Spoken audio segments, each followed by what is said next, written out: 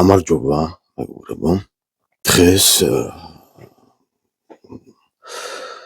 მსურს გავესაუბროთ ისეთ საკითხებზე, როგორიც არის რეინკარნაცია, სუფიზმი, მისტიციზმი, გადაჭარბებული ეზოთერიზმი და ასე შემდეგ. ეს იმ საკითხებზე მინდა გაგესაუბროთ, რომელიც დღეს ჩვენ საზოგადოებაში, ასე ვთქვათ, ერთგვარად სენივით არის მოდებული და მე შემოგთავაზებთ ჩემს ხედვას ამ ყველაფერთან დაკავშირებით და თქვენ შემდეგ გამოიტანეთ დასკვნები. მე არ ვსაუბრობ ცუდსა და კარგზე, ჩვენ უბრალოდ დავინახოთ ისე როგორც არის და არჩევანი და ნების თავისუფლება თქვენზეა, დანარჩენი დასკვნები თქვენ თვითონ გააკეთეთ. მოდით დავიწყოთ სუფიზმით.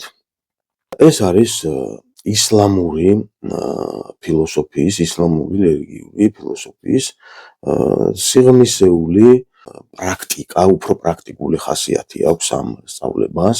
გამოირჩევა ესე იგი სხვადასხვა მედიტაციური და რიტუალური მოქმედებებით, ერთგვარ ექსტაზამდე მიმყვანი მოქმედებებით. ეს სწავლება ინტუიციამდე მიდის, არა ცოდნის მეშვეობით, არამედ კონკრეტული ფიზიკური მოქმედებების მეშვეობით. არსებობს ესეთი ცეკვა სამა სუფიზმში, ტრიალებენ გაუთავებლად, ეს მეთოდია რა, მედიტაციური ტიპის არის ეს პრაქტიკა. ამ ცეკვის, ამ რიტუალური ცეკვის მეშვეობით აღწევენ სხვადასხვა ექსტაზურ მდგომარეობას, პირდაპირ მნიშვნელობით გონების ცვლილებას იწვევს ეს. ისლამში ეს მიღებულია როგორც გარკვეული ტიპის უმაღლესი კლასის, უმაღლესი დონის სწავლება არის მიჩნეული არაბული ისლამურ სამყაროში. რა ხასიათებს კიდევ ეს სწავლება, ეს მეთოდი გამოირჩევა იმით, რომ მას იყენებენ ავტორიტარულ მმართველობაში თავიანთი ქვეშევრდომების კონტროლის მექანიზმი უფრო არის, ის გამოირჩევა ერთგვარად კასტური წყობით საზოგადოების, კასტებად ყოფს, არსებობენ სუფიზმის სპეციალისტები, ბრჭყალებში რო ვთქვათ, რომლებიც განსაკუთრებულ კასტად ახასიათებს საკუთარ თავს. ჩვენ განსაკუთრებულები ვართ და ჩვენთვის ყველაფერი შეიძლება, შეიხების და სხვადასხვა სტატუსის მქონე ადამიანების ინსტრუმენტია, ერთი სიტყვით თავიანთი მართვის განსახორციელებლად. სუფიზმის მთავარი პოსტულატი არის შემდეგი, რომ რასაც ეძებ, ის ხარ შენ. რასაც ეძებ, ის ხარ და მოდით განვიხილოთ, რას ნიშნავს ახლა ეს. საბოლოო ჯამში, ეს მთელი გაუთავებელი, რაც ჩვენ საზოგადოებაში მუსირებს ეს ბოლო წლები, რომ ვინ ვართ და საიდან მოვდივართ და სად მივდივართ და ეს გაუთავებელი ძიება, რომელსაც საკუთარი თავის ძიებას ეძახიან ახლა და მთელი ეს მისტიციზმი, მთელი ეს ეზოთერიზმი, ეს სუფიზმი საუკუნეები არსებობს, ხომ საუკუნეები არსებობს და რითვერ მიაგნეს, რასაც ეძებენ, რითვერ გაიგეს ვინ არიან. არსებობს ესეთი ფორმულა, რომელიც ყოფით ცხოვრებაში ადამიანებს ეხმარება, რომ იოპერირონ ამ დეზინფორმაციის და ამ კარგი ინფორმაციის თუ ცუდი ინფორმაციის, ამაზე არ ვსაუბრებ. ამ ინფორმაციულ ზღვაში, რომ ოპერირება მოახდინონ ნორმალურად, ადამიანთვის სასარგებლოდ, ისე რომ ადამიანი საღად აზროვნებდეს და ეს ფორმულა ჟღერს შემდეგნაირად. მე ვარ ის, ვინც ტოტალურად არის პასუხისმგებელი შემოქმედის წინაშე. და მეორე არის გადიდებული მე. ერთი მეორეზეა დამოკიდებული. ეს არ არის რაღაც დოგმა, ეს არ არის რაღაც ისეთი რელიგიური სწავლება, ამას არ გთავაზობთ როგორც ჭეშმარიტებას. ეს არის ფორმულა, რომელიც ადამიანებს გამოადგევათ ამ არეულ ფსიქოლოგიურ თუ ამ რაღაც შემოტევით ინფორმაციულ იტერაციებში თავის გასარკვევა და თავის საკუთარი თავის სწორი პოზიციონირებისთვის. თუ კი მაგალითად სუფიზმის მიხედვით რომ რასაც ეძებს ხარ, ანუ ჩვენ კი არ ვეძებთ რაღაც ცუდს. ნეგატივი დესტრუქცია არსებობს ისედაც. ჩვენს გარეშეც არსებობს. მაგალითად მილიარდები რომ შეჭამა ვიღაცებმა და ამხელა კორუფცია და ესეთი კრიმინალი რო არის და ასეთი უკანონობა რო არსებობს. ეს რომც არ ვეძებოთ, ამაზე თვალი რომ დავხვიჭოთ და ამაში მხოლოდ კარგი რო ვეძებოთ, ჩვენს გარეშე არ არსებობს. ანუ იმის თქმაშურს რომ ჩვენ კი არ ვეძებთ ცუდს. ეს ცუდი ისედაც არსებობს, ეს ნეგატივი ისედაც არსებობს, ამიტომ და უკვე თავზე გვეყრება ეს ყველაფერი, იმდენია გამრავლდა ეს ყველაფერი და ამიტომ ჩვენ უფრო თავის დაცვა გვჭირდება ამ ყველაფრისგან და სწორ აზროვნებაზე დარჩენა. სუფიზმს ძებნა არ ჭირდება, ისლამია ეს. და ეხლა ვინაიდან რაღაც აი არაბიზაციის და ისლამიზაციის პრობლემა დგას რეალურად ჩვენს ქვეყანაში დგას ფაქტია ხომ? ამიტომ ვიღაცები ხო თავაზობენ ამის რომანტიზებას რომ აი მოდი ეხლა რაღაც ესე წავიცეკვოთ. აი ცეკვით მივიდეთ რაღაც სასწავლო პოზიციებამდე რა. ეს სწავლება კონკრეტულად სუფიზმი ხასიათდება იმით რომ საბოლოო ჯამში იწვევს სოციალურ პასიურობას. ანუ შენ არ გააპროტესტო, შენ არ გააკრიტიკო, კრიტიკულად შეხედავ, იმიტომ რომ ცუდს ეძებ, ცუდი ხარ. შენ რაღაცას იმას კორუფციას ეძებ, კორუმპირებული ხარ.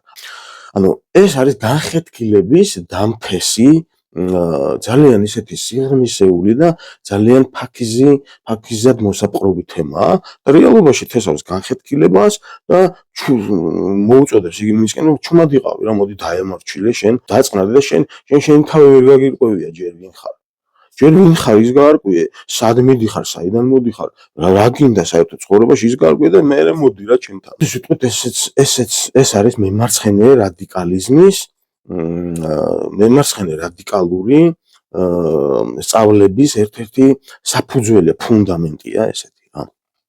რაც შეეხება აი ამ სუფიზმს. ანუ კონკრეტულად სუფიზმის შედეგი არის ის რომ სოციალურ პასიურობას იწვევს იმისთვის რომ აი ისლამურ ქვეყნებში ადვილად მართონ და ესეთი პროტესტები და ესეთი რაღაც აქციები და ასე შემდეგ ნაკლებია ისლამურ ქვეყნებში ეს ხო ფაქტია ხო და აი ამ სუფისტურ ფილოსოფიაზე დგას სუფისტურ სწავლებაზე აი რაღაც მიმდინარეობებზე დგას ეს ყველაფერი ისლამურ ქვეყნებში ესეც ფაქტია საერთოდ ეს მისტიციზმი ხო ნახეთ მიმართულია იმაზე რომ ეძებს ეს ასე ვთქვათ გარკვეული ტრანსცენდენტული ძალების არსებობას ამტკიცებს და აი ეს მისტიკოსები განსაკუთრებული ტიპაჟები, განსაკუთრებული პერსონაჟები გვევლინებიან, ვიღაცები რომლებიც რაღაც გამტარები არიან ამ ძალების და გაატაროს აი ეს მისტიკური ზებუნებრივი რაღაც ძალები. უფრო გარეთ ვეძებთ რაღაც გარკვეულ ძალებს, ძალა ადამიანშია, ჭეშმარიტება ადამიანშია. თქვენში არის ჭეშმარიტება და ცხოვრების აზრი იმაშია რომ ეს ჭეშმარიტება რეალიზდეს. ამ მისტიფიცირებაზე და აი ამ გადაჭარბებულ ეზოთერიზმზე რომელიც აი ამ რაღაც მისტერიებში და აი ამ რაღაც გაუთავებელ რაღაც ძებნაში გარეთო სადღაც ეძებს ადამიანი სადღაც რაღაცას ეძებს იმამდვილეში მასშია მის გულშია შიგნით არის ეს ყველაფერი მთელი აი ეს საინფორმაციო ველი შეტევაზეა გადმოსვლაში დათრგუნოს თუნდაც ეს სუფიზმის რომ შენ რასაც ეძებ ის ხარ ანუ ხოლოდ ვის უნდა რომ ცუდი იყოს ხო ყველას უნდა რომ კარგი იყოს ხო და გამომდინარე აქედან ადამიანი ცდილობს რომ ესე იგი აღარ ამოიღოს რაღაცა ხმა უკმაყოფილებას სუპი გაქვს სუპი ჭამე რა გადაყლაპე რაღაც გალენა ბლანკას ტაბლეტკა და ჩუმად იყავი რა ჯობია რომ კარგად შეხედო ამ ყველაფერს და თუ არა და მაშინ შენ ხარ ცუდი რა აი ესეთი პარადოქსულია და ძალიან არ შეუძლია ყველა ადამიანს ამასთან გამკლავება იმიტომაც საუბრობ ახლა ამაზე რომ და კიდევ ერთხელ რომ მე არ გეუბნებით რომ ეს თქვენ არ უნდა უსმინოთ ამას და ვინ უნდა უსმინოთ ადამიანმა ყველაფერი უნდა გააკეთოს მისი ნების მიხედვით მე ვცდილობ დაგანახოთ ისე როგორც არის და კანონები 1000 გვარია მედიცინა მრავალფეროვანია მოიქეცი ისე როგორც საჭირო თვლი რაც შეეხება ამ გადაჭარბებულ ეზოთერიზმს და ეს რაღაც გაუთავებელ, ასე ვთქვათ, გაუთავებელ ძებნას აი ამ ძალების, ესეც აი ამის ნაირსახეობაა, აი განხეთქილების გამჩენია რა, ერთ სიტყვით, რომელსაც და შემდგომ უკვე გარკვეული ძალები აი ამ განხეთქილებას უკვე საკმაოდ ეფექტურად მართავენ თავისთვის სასარგებლოდ იყენებენ. ანუ კიდევ ერთხელ ვიმეორებ, რომ საუკუნეები ეს მოძღვრებები არსებობს, რით ვერ გაიგეს ვინ არიან, რით ვერ მიაგნეს ბოლოს და ბოლოს ვინ არიან იმას რა და საიდან მოდიან და სად მიდიან. მიმართულია ეს სწავლებები იმისკენ, რომ ადამიანებმა ინდივიდუალიზმი დაკარგონ, ადამიანებმა თავიანთი უნიკალურობა არ დაინახონ და ესე იგი რაღაცა ჩვენ ყველა ერთნი ვართ და რაღაცა კომუნიზმი და აი ეს რაღაც მთელი სამყარო ერთია და მაშინ ინდივიდუალიზმი სად არის? მაშინ სად არის ადამიანის ის უნიკალურობა, ის ექსკლუზიურობა, რომელიც ადამიანთან ერთად არსებობს, კონკრეტულ ინდივიდთან ერთად. მოკლედ განვიხილოთ აი ამ რეინკარნაციის თემა მეცნიერებებში, ახალ ფსიქოლოგიაში, ხო? შემოიტანილია, მაგალითად ონტოფსიქოლოგია, რომლის მეცნიერიც მე ვარ, ონტოფსიქოლოგიამ შემოიტანა ჩვენს რეალობაში ისეთი მცნება, როგორც არის სემანტიკური ველი. როგორ არის მოწყობილი სამყარო რა? არსებობს ინფორმაცია, არსებობს ენერგია და არსებობს მატერია. ჯერ არის ინფორმაცია. ინფორმაცია ნიშნავს წმინდა ინფორმაციულ საწყისს. ყველაზე მეტი სიზუსტე არის ელემენტში. ანუ თუნდაც დნმ რო ავიღოთ ეს ატომის, ხო, ატომის ელემენტისგან შედგება. ატომი ხომ გახლეჩეს და შემდგომ ის მისი ნაწილაკები კიდევ უფრო დაანაწევრეს და შემდგომ უკვე აი ამ ელემენტამდეა მისული. თუმცა ჯერ ბოლომდე არ არის გამოკვლეული, მაგრამ ფაქტია, რომ ელემენტი არის პირველ საწყისი. ანუ ეს ელემენტი ინფორმაციულ თვისებას ატარებს ენერგიის გარეშე. ინფორმაცია არის ის საწყისი, რომელიც არსებობს ენერგიის გარეშე.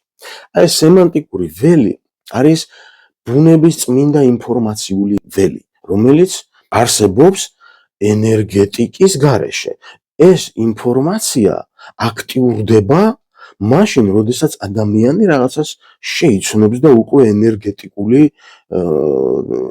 ფორმით ევლინება. მაგალითად თესლი რო ავიღოთ სცენარის რა, როდესაც ეს თესლი შეიცავს იმ ინფორმაციას, რომელიც შემდგომ უკვე აი ენერგეტიკული და მატერიალიზებული ფორმით გევლინება, რომ ხე ამოდის რა.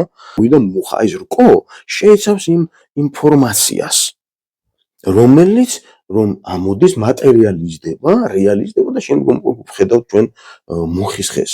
სემანტიკური ველი არის ის ველი, რომელიც აი ბუნების ენა არის, ეს ბუნება, ცხოვრება სემანტიკური ველის მეშვეობით საკუთარ თავს ესაუბრება. სიცოცხლის ისეთი ფორმა, რომელიც ენერგიის გარეშე არსებობს. მაგალითად ეს სემანტიკური ველი ძალიან კარგად აქვს აღწერილი ვაჟა-ფშაველას შვილის ნუკრის ნაამბობში. ანუ ესეც ადამიანი რაღაც გარკვეულ, ასე ვთქვათ, მისი გონების მადლმოსილ მდგომარეობას მიაღწევს, იმას შეუძლია უკვე, ვთქვათ, გარკვეულ მომენტებში ყოველთვის ამის გაკეთება შეუძლებელია და ყველა ადამიანსაც არ შეუძლია, რომ იკონტაქტოს ამ სემანტიკურ ველთან და ეს ბევრ ადამიანში აღიქმება ხოლმე, როგორც რაღაც რეინკარნაციული, მაგალითად არსებობენ ისეთი მწერლები, რომელიც განსაკუთრებული სემანტიკური ფორმით წერენ. მაგალითად, კონსტანტინე გამსახურდიას დავით აღმაშენებელში, ვისაც წაუკითხავს, აი ფილმივით არის, ცოცხლდება ეს ყველაფერი, ხო? მაგრამ თუ კი არ კითხულობ ამას, თუ კი არ ეკონტაქტები ამ სემანტიკურ ველს, ეს ინფორმაცია შენში არ ცოცხლდება, არ აქტიურდება, შენ იმ ფილმში ვერ შედიხარ, ხო ისე. მაგრამ როდესაც იწყებ ამის კითხვას, ხო? შენ უკვე თითქოს და ერთიანდები იმ დავით აღმაშენებლის დროინდელ, იმიტომ რომ ეს ნიჭიერი მწერალი იყო, ისე აქვს გადმოცემული. აი მაგალითად როგორც გრიგოლ ობაქიძეს აქვს, ბევრს უჭირს მისი აღქმა, მაგრამ მასში უდიდესი ინფორმაციული ველი არის გადმოტანილი. როდესაც ადამიანს ეს წაკითხული აქვს, ბევრი ფილმი აქვს ნანახი, ბევრი სწავლებები აქვს გადმოცემებით, ბებიისგან, ბაბუისგან, მშობლებისგან და ასე შემდეგ. კულტურით გადმოეცემა, სოციუმით გადმოეცემა ეს ცოდნა ადამიანს, ხო? შემდეგ უკვე ადამიანი, როდესაც გარკვეულ ტრიგერთან, ანუ გარკვეულ გამააქტიურებელ ფაქტორთან, მაგალითად სადღაც თაში წავიდა, ან და ვთქვათ გელათში ჩავიდა, ან და უბრალოდ რაღაცას შეხედა ფილმს, ან ადამიანს გონია რომ კი არ გონია და ეს ინფორმაცია იმ ენერგიას ააქტიურებს ისევ. და ასე ვთქვათ, ბევრ შემთხვევაში ეს ინფორმაცია იმდენად ბევრია ადამიანებში, ხო? ჩვენ ხო ესე ტრადიციულ ჩვეულებით კულტურაში ვართ გაზრდილები და სული ინკარნაცია მოახდინა რა ვიღაცაში. ეს არის ერთგვარი სემანტიზება რა. კულტურა საერთოდ, ხო? საერთოდ კულტურა ახდენს რეალობის ფსიქოსომატიზებას. ავადმყოფობა, ხო, საბოლოო ჯამში ფსიქოსომატურია. თუნდაც ის გენეტიკური დაავადებები, რომლებსაც ჩვენ დღეს ვხედავთ დროის მოკლე მონაკვეთში, როგორც გენეტიკურად გადმოტანილს და ეს ესეა, მაგრამ აი იმ გენეტიკურ კოდში ინსტალირებულია ეს ინფორმაციაც უკვე და ამრუდებს თვითონ ამ კოდს. ანუ გრძელვადიან პერსპექტივაში თუ კი შევხედავთ ამას, ხო, ჩვენ დიდი ხნის მანძილზე გენეტიკური დაავადებებიც კი ფსიქოსომატურად არის გადმოტანილი. ანუ ავადმყოფობა ის არის, რაც გადადის ინფორმაციის მეშვეობით და არა ბიოლოგიური ფორმატით. საბოლოო ჯამში ეს ესეა. დღეს უკვე მედიცინა ფაქტობრივად აღიარებს 70-80%-ს ავადმყოფობების ფსიქოსომატურად აღიარებს, ხო? ახლა უკვე ფსიქოსომატიკა, ასე ვთქვათ, მოდაში შემოვიდა. აქტიურდება ესეთი ფორმით ეს ინფორმაცია ადამიანში. ხო, ამიტომ როდესაც რაღაც ადგილზე მიხვალ, როდესაც რაღაც სიტუაციაში აღმოჩნდები, ხო, ეს აქტიურდება, სემანტიზება ხდება რა და ეს ინფორმაცია უკვე იღებს ენერგეტიკულ ხასიათს ადამიანშიც მათ შორის.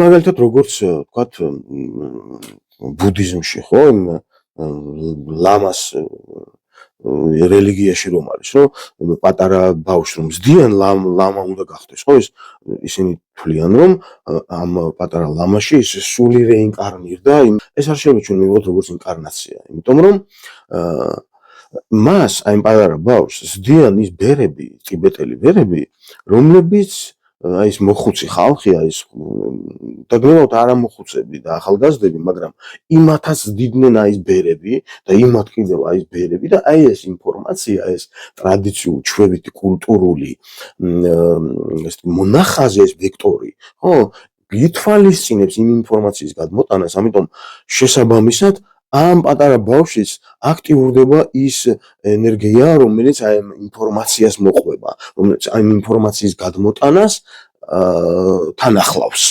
ანუ სემანტიკური ველი არის წმინდა ინფორმაციული ველი ენერგიის გარეშე. ეს არის ბუნების საბაზისო ენა. ეს არის ინფორმაციის კოლექტორი, რომელიც არსებობს ენერგიის გარეშე. მასთან კონტაქტის შემთხვევაში აქტიურდება უკვე ენერგია. და ამიტომაც არ შეიძლება არსებობდეს ორი სული. სული არის ერთი, უნიკალური და ექსკლუზიური, რომელიც იბადება, წარმოიშვება ინდივიდთან ერთად. ანუ წინააღმდეგ შემთხვევაში ინდივიდუალიზმი იკარგება. მეგობრებო, ხვდებით?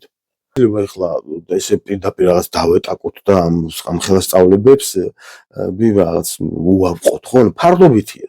ყველაფერი ფარდობითი არ არის, იმიტომ რომ არსებობს ცდის გარეშე რაღაცეებიც ამ ცხოვრებაში, არსებობს სიტყვა აპრიორი, ხო? ცები არის ფარდობითი და რაღაცეები ცდის გარეშე, განხილვის გარეშეც შეიძლება ჭეშმარიტებად ჩაითვალოს რა. ანუ მე იმას ვემხრობი, რომ ადამიანი არის უნიკალური არსება, თითოეული ადამიანი არის უნიკალური ინდივიდი და მას ყველას მისი საკუთარი იდენტობა გააჩნია. ამიტომ ეს სწავლებები მიმართულია იდენტობის დაკარგვაზე და